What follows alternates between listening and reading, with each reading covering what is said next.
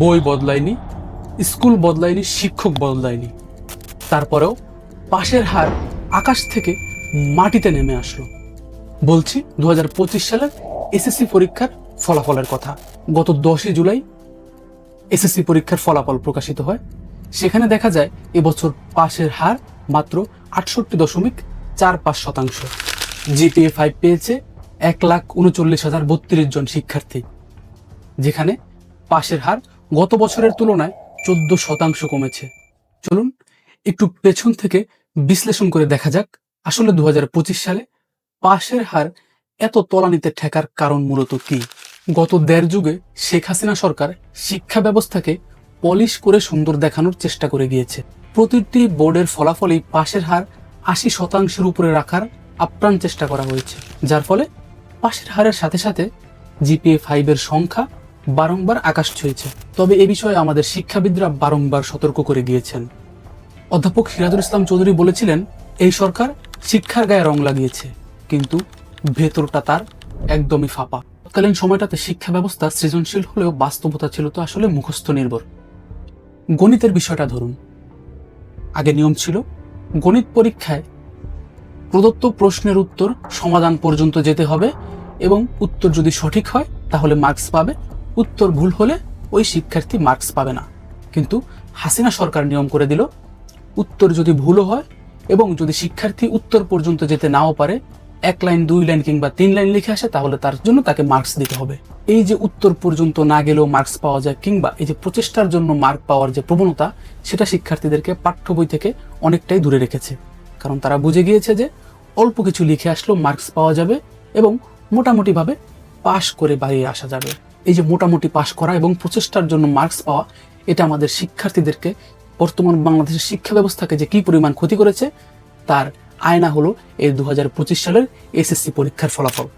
এই প্রচেষ্টার জন্য মার্কস এবং 2-3 লাইনের জন্য মার্কস দেওয়ার যে প্রবণতা, সেখান থেকে আমাদের ভুরি ভুরি জিপিএ 5 পাওয়া এবং জিপিএ 5 এর সংখ্যা যে আকাশে গিয়ে পৌঁছেছে, তার উত্তম উদাহরণ হলো আমরা যে জিপিএ 5 পেয়েছি তা হলো মূলত আইএম জিপিএ 5 টাইপের জিপিএ 5। আমি জিপিএ 5 পেয়েছি, ইংরেজিতে কি হবে?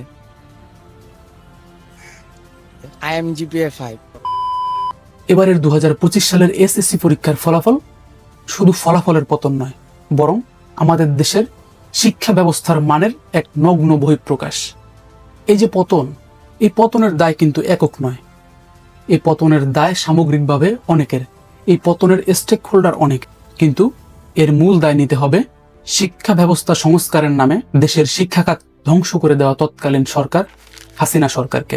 শিক্ষা খাতকে বাস্তবমুখী সম্পদে পরিণত না করে ফলাফল কেন্দ্রিক শো অফে পরিণত করা হয়েছিল।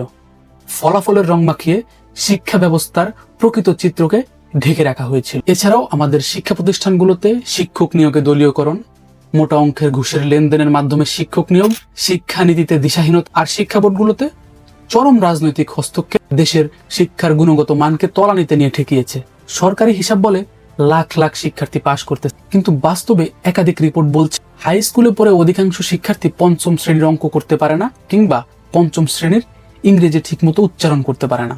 ওয়ার্ল্ড ব্যাংকের 2023 সালের একটি রিপোর্ট অনুসারে দেখা যায় যে বাংলাদেশের 68% শিক্ষার্থী গ্রেড লেভেল কম্প্রেহেনশন জানে না, অর্থাৎ সে যেই ক্লাসে পড়ছে সে সেই ক্লাসের বই ঠিকমতো পড়তে পারছে না, বরং তার নিচের শ্রেণীর বইও সে ঠিকমতো বুঝতে পারছে না। ইউনেস্কোর এক রিপোর্ট অনুসারে বাংলাদেশের 10 বছরের নিচে শিক্ষার্থীদের লার্নিং প্রভার্টি 57%, অর্থাৎ সে যেই ক্লাসে পড়ছে সেই ক্লাসে তার যা শেখার কথা সে তা শিখছে না, শুধুমাত্র সে বছরের পর বছর ক্লাসের দিক দিকে এগিয়ে যাচ্ছে, কিন্তু শিক্ষা যেটা পাওয়ার কথা, যে শিক্ষা তার গ্রহণ করার কথা, সে শিক্ষা সে গ্রহণ করতে পারছে না।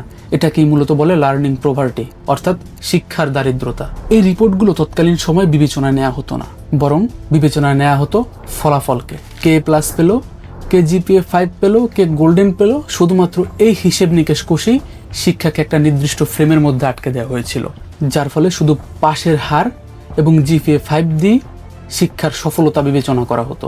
আর পাশের হার বাড়ানোর জন্য বোর্ডগুলোতে রাজনৈতিক প্রভাব তো চিরচেনা। কিন্তু এত কিছুর পরে 2025 সালে এসে ফলাফল এত তলানিতে গেল কিভাবে? এর কারণ একটাই, শিক্ষা বোর্ডগুলো বর্তমানে রাজনৈতিক প্রভাব মুক্ত, যার ফলে পরীক্ষায় নম্বর প্রদানে মোটামুটি স্বচ্ছতা এসেছে এবং এবছর গ্রেস মার্ক দেওয়ার যে পদ্ধতি সেটাকে বন্ধ করে দেওয়া হয়েছে, যার ফলে মূলত 2025 সালের এসএসসি পরীক্ষার ফলাফলে পাশের হার এতখানি তলানিতে নেমে এসেছে। যদি আমরা ফলাফলের পিছনে না দৌড়ে শিক্ষার গুণগত মান বৃদ্ধির দিকে নজর দিতাম, তাহলে আমাদের 2025 সালে এসে শিক্ষার্থীদের এত বড় একটা ধাক্কার মধ্যে পড়তে হতো না। দীর্ঘদিনের একটা সিস্টেম হঠাৎ করেই পরিবর্তন হওয়ার ফলেই 2025 সালের এসএসসির ফলাফলে এতটা পরিবর্তন দেখা গিয়েছে। এই পরিবর্তন শুধুমাত্র পরিবর্তন একটা শব্দের মধ্যে আবদ্ধ করে রাখলে হবে না। এই পরিবর্তনের ফলে শিক্ষার্থীদের মধ্যে মানসিকভাবে ব্যাপক বড় একটা প্রভাব পড়েছে। বেশ কিছু স্কুলে কোনো শিক্ষার্থী পাসই করতে পারেনি, আবার অধিকাংশ শিক্ষা প্রতিষ্ঠানে দেখা গিয়েছে 50% অধিক শিক্ষার্থী ফেল করেছে। এই যে হঠাৎ করে পরিবর্তন, এটাও মোটেও সুখকর নয়। তবে যাই হোক, নৈতিকভাবে স্বচ্ছ থেকে অন্তত একটি পরীক্ষার ফলাফল সুষ্ঠুভাবে দেয়া গিয়েছে, যেখানে নাম্বার প্রদানের স্বচ্ছতা ছিল, যেখানে গ্রেস মার্ক ছিল না, অর্থাৎ শিক্ষার্থী যা লিখেছে সে মোটামুটি তাই পেয়েছে এবং তার ভিত্তিতেই ফলাফল তৈরি হয়েছে। সামনের দিনগুলোতে যদি এই পদ্ধতি, এই ধারাবাহিকতা যদি অব্যাহত থাকে, তাহলে আমরা আশা করতে পারি যে শিক্ষার গুণগত মান সামনের দিনে আরও বাড়বে এবং শিক্ষার্থীদের পাঠ্য বইমুখী করা যাবে। দেশের শিক্ষা ব্যবস্থাকে যাতে রাজনীতির সাথে না মেশানো হয়। শিক্ষা ব্যবস্থা এবং রাজনীতি সম্পূর্ণ আলাদা। আজকের শিক্ষা ব্যবস্থা যদি সুদৃঢ় থাকতো, তাহলে বাংলাদেশের আগামীর রাজনৈতিক ভবিষ্যৎ সুদৃঢ় হবে। তাই শিক্ষা ব্যবস্থার প্রতি আলাদা গুরুত্ব দেয়া এবং শিক্ষার গুণগত মান বৃদ্ধি করা, শুধুমাত্র ফলাফল নয়। ফলাফল কয়েকটি সংখ্যা মাত্র, কিন্তু যদি শিক্ষার গুণগত মান বৃদ্ধি করা হয় এবং সেটা ধীরে ধীরে বাড়তে থাকে, তাহলে বাংলাদেশের শিক্ষার ভবিষ্যৎ এবং বাংলাদেশের ভবিষ্যৎ আগামীতে অবশ্যই পাল্টে যাবে।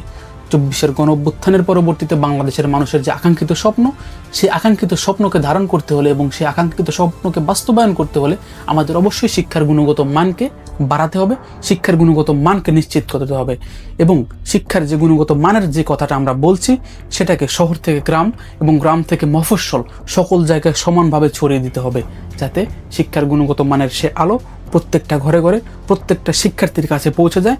সেটা আমাদেরকে নিশ্চিত করতে হবে এবং নিশ্চিত করতে পারলেই আগামীর জাতি হিসেবে আদর্শ এবং শিক্ষিত জাতি আমরা নিশ্চিত করতে পারবো।